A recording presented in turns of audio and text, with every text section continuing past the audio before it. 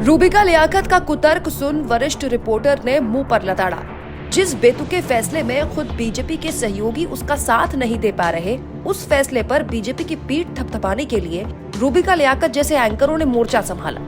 लेकिन सामान्य ज्ञान के साथ साथ संवेदनशीलता तक शून्य कर चुकी रूबिका लियाकत को इस बार ये होशियारी भारी पड़ गई। दरअसल यूपी के मुजफ्फरनगर पुलिस के ठेले और ढाबों के लिए अपनी पहचान बताने वाले नियम की लगातार आलोचना होने के बाद बीजेपी बैकफुट पर आई। लेकिन रूबिका लियाकत जैसे एंकरों ने इस बेतुके फैसले को सही ठहराने के लिए उससे कहीं ज्यादा बेतुका तर्क देते हुए कहा, हंगामा क्यों है बरपा, नाम जो पूछ लिया है। ये कानून तो 2006 में ही बन गया था। सरकार थी मनमोहन सिंह जी की। 2011 में नियम बन गए कि सभी ढाबा और रेस्टोरेंट मालिकों को अपना नाम और लाइसेंस नंबर बड़े अक्षरों में लगाना होगा ताकि ग्राहक आसानी से देख सके। ये सभी प्रबुद्ध जीवियों के ज्ञान चक्षु आज अचानक क्यों खुल गए? 2011 के नियम को सख्ती से पालन ही तो करवाया जा रहा है। सवाल ये है कि ये सेक्युलर चश्मा 13 साल बाद काहे लगाया जा रहा है? दरअसल रूबिका जिस नियम की बात कर रही हैं वो बनाया गया था मनमोहन सिंह सरकार के दौरान, लेकिन उसका मकसद किसी की धार्मिक पहचान बताना नहीं था। फर्म की लाइसेंस की कॉपी दिखाना होता था और वो केवल जहाँ पर बिल होता था या जहाँ गल्ला होता था वहाँ पर एक छोटा सा पेपर चिपकाना होता था। ये हर किसी के लिए अनिवार्य है।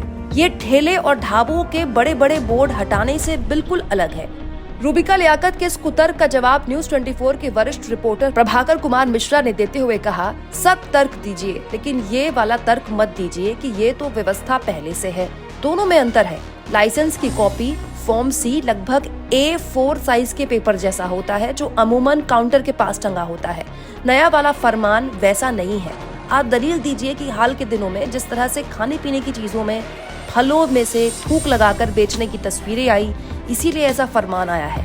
आप ये दलील दीजिए कि मुसलमान मालिकों द्वारा हिंदू देवी देवताओं के छदम नाम से होटल चलाया जाता है, इसीलिए ऐसा फरमान आया है। आप दलील दीजिए कि कावड़ यात्रा के श्रद्धालुओं की पवित्रता के लिए ऐसा किया गया, सब चलेगा, लेकिन ये फॉरवर्डेड वाली दलील मत दीजिए।